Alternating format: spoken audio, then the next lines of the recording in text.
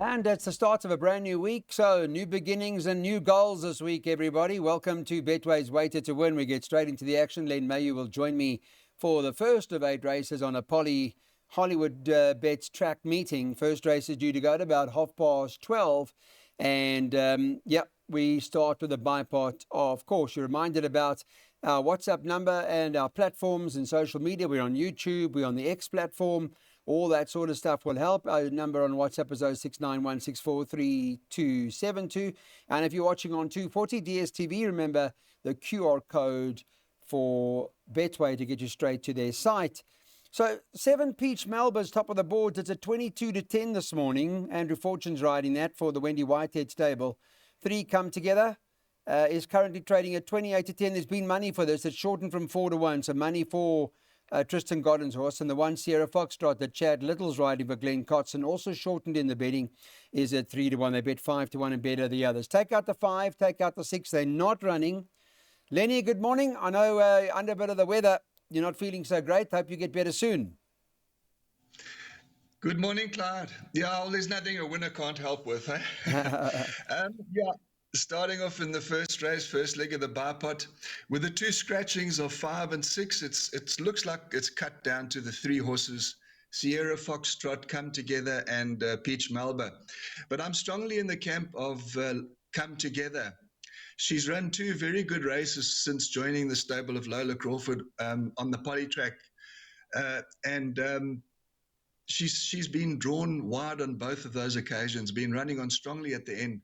Today, she's got a beautiful draw of 3, and to me, whatever beats her will win. So to me, very hard to beat Come Together.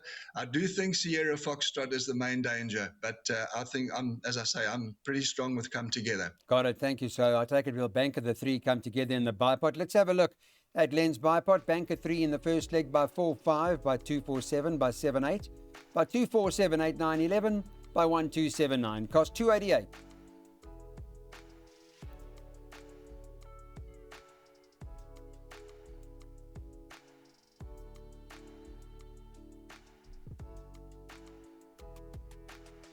Everybody, let's go to race 2 now. This is a open maiden. That's over 1,200 meters on the poly. Note that the 2 has been taken out. That's not running. An update on the betting is that the 1 Tiger Cody's top of the boards. It's even money for the bidder, is trading at 9-2. Number 5, the Levitator, is at 11-2. Number 3, Ubuntu of Peace, is trading at 6-1. And they bet 14-1 and bet the balance. I guess Tiger Cody lends the right horse in the race. Got to be a serious campaigner. But the bidder last time out was closing in hand over fist on that same performance. If you notice, he ran 30, was beaten, a length or so by Tiger Cody, going the extra couple of 100 meters. I guess not without a chance. How did you see it? Clyde, yes. I'm in the camp of Tiger Cody, the bidder, the 4 horse. He ran a cracking race last time on the poly, and he's going to love the extra 200 meters. Tiger Cody finished a length and a half ahead of the bidder last time. But I feel that the bidder will reverse the decision today, Clyde, especially over the 1,200. Tiger Cody shows a lot of speed, and I'm not sure if he's going to see out this 1,200. Anyway, then one needs to consider the weights because it's an open handicap. And Levitator, the mare, she comes in with only 49 kilos on her back. So I think she could be, she could give the fancied runners a run for their money. But for me, I'm in the camp of the bidder. Okay, got it. Thank you so much, Lenny, for that. The bidder may well be the right one. In our PAs, we're going 4 and 5, and Len's got 2 bankers at the back. Second last leg, he bankers the 1, and the final leg of the PA, banker the 8 at a 216 Rand cost.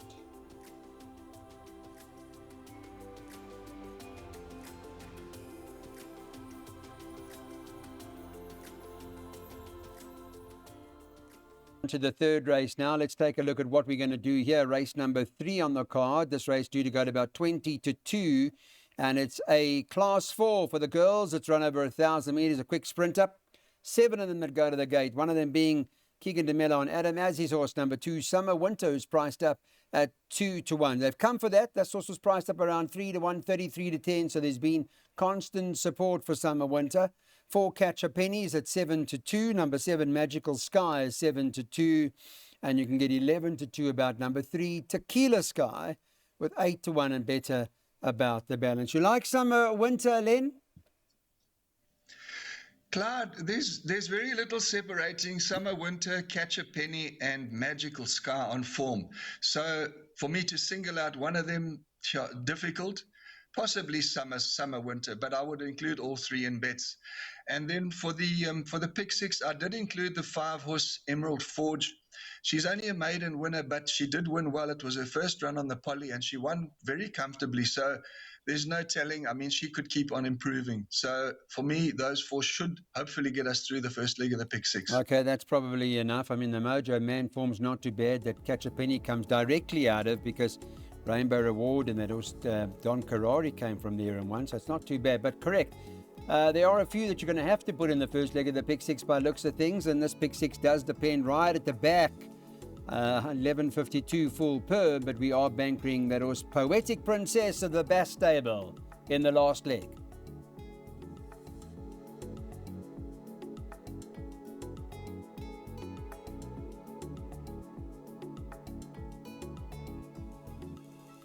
To race number 4 we go now. It's the maiden plate over 1,600 metres. Start of the jackpots. Let's have a look at how they're betting here. And number 7, Green Commander, tops the boards. They're bet at 22-10 favourite. Keegan DeMello, Allison Wright stable. 6, Let It Roll is at 5-1. 8, Captain T, 5-1. 9, Black Platina, 11-2 this morning. And the 11, Naval Officer, Craig Zaki's riding that for Gareth Van Zyl, is 6-1. 10s and better about the balance. All runners participating as it stands at the moment.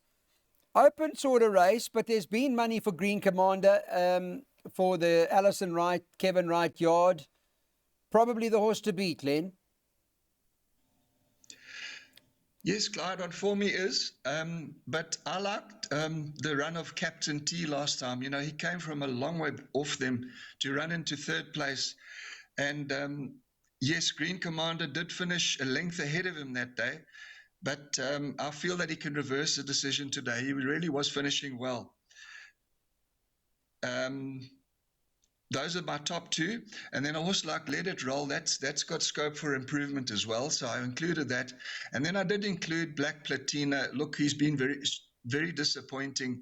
But they've got Andrew Fortune up today, and they're trying the blinkers. So this could make a difference. So for the pick 6, those are the 4 I've stuck with. Yeah, okay. So we've got those. If we're going to go past the favourite here, Green Commander, we're going to add, with that, we're adding the 6, the 8, and the 9. And that jackpot cost $288.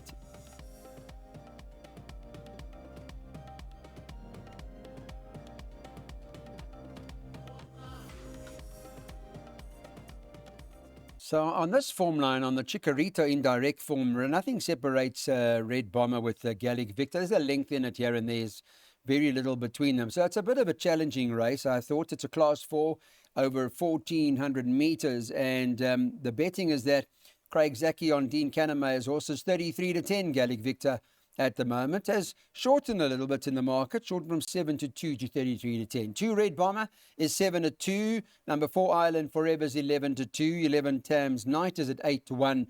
And it's you can get 8-1 about the 8 Vixen's War, 10-1 about the 7 Blue Steel, and 12s and better the balance. I don't know if you look beyond Gallic Victor and Red Bomber. Do you, Len? Yes, Clyde. For me, this is probably the most difficult race on the card. So I've included quite a few in Barpot, PA, and Pick 6 here. Island Forever, he just needed his last 2 runs. He should be in the shake-up. Obviously, Gallic Victor comes from a bit of a tricky draw, and he seems to be battling for that second win. He'll get there, but it's just he's taking his time about it. Then you've got a horse like Blue Steel. He won well on the Poly when he's 1 out of 1 from the Poly. There's quite a few, Clyde. So as I say, I've gone wide in this race. But a horse like Tams Night, I haven't lost faith in him. I still believe he's got a lot of ability, but he's got his issues. And if he comes to the course today fit and well and all things in his favour, I think he'll be a big runner. Okay. We'll put those in that you've recommended the first leg. All of them go in 2, 4, 7, 8, 9, 11. You are making it open, and that jackpot with that snapshot for the whole, the pot going into this is the last jackpot of your day, so it's your last opportunity to get one on. Cost 432.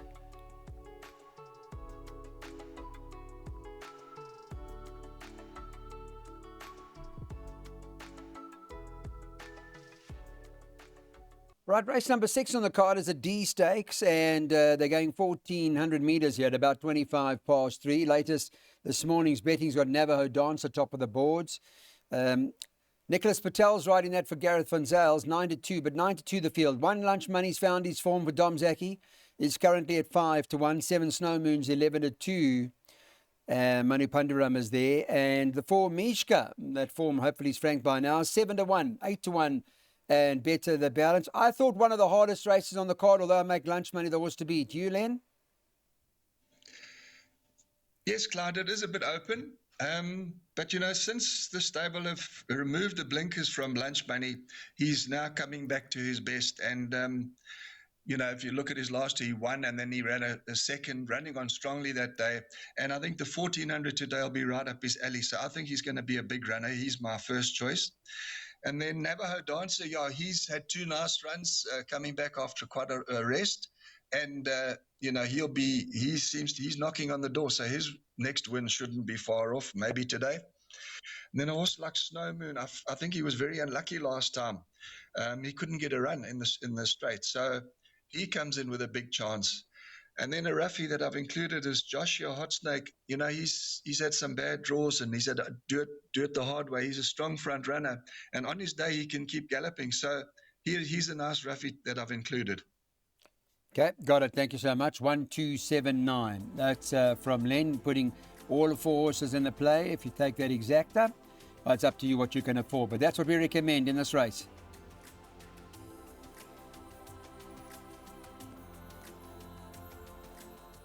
Okay, penultimate race of the day. This is a Class 5, so we're now in the E division, thereabouts. Fillies and mares over 1,200 metres. There are 9 of the girls that are going to the gate here.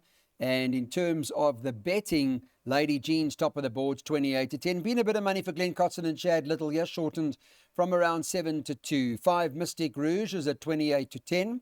4 Cherry Blossom Pink is trading at 9-2. Number 6 Princess Goldie is trading at 11-2, and there's a little bit of long shot support for the 2 Saudi Sweep, who shortened from 12-1 into 10s, and then 12s and better the balance. So it's been quite an active market here, Len. Yes, Clyde. When I first looked, I thought it was a 2-horse race between Lady Jean and Cherry Blossom Pink, the 2-year-olds. But neither has been on the poly, so there is a slight question mark there. And that brings the 5-horse into it, Mystic Rouge. She loves the poly. She's won 3 of her 4 wins have come on the poly surface, and she's in good form at the moment. She's had 2 wins and 2 seconds from her last 5 runs, so one can't ignore her. I've just included the 3 in the pick 6, as you can see, and I do think we should be able to get through this leg without too much fuss. Okay, Guru have asked that 3 that you've added in is around 12. So we're adding in there, in this particular play, for this race, that is, Lady Jean, Cherry Blossom Pink, and the 5-horse Mystic Rouge. Some will question the 2-year-olds. Some will say, no, they're going to be 3 in a few weeks' time.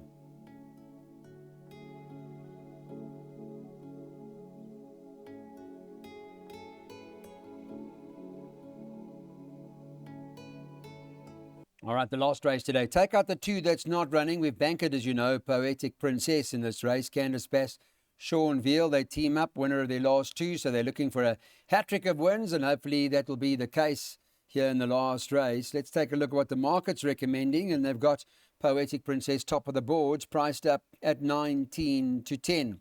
5 Acacia's Blossom, 33-10. 1 Take Your Place, 4-1.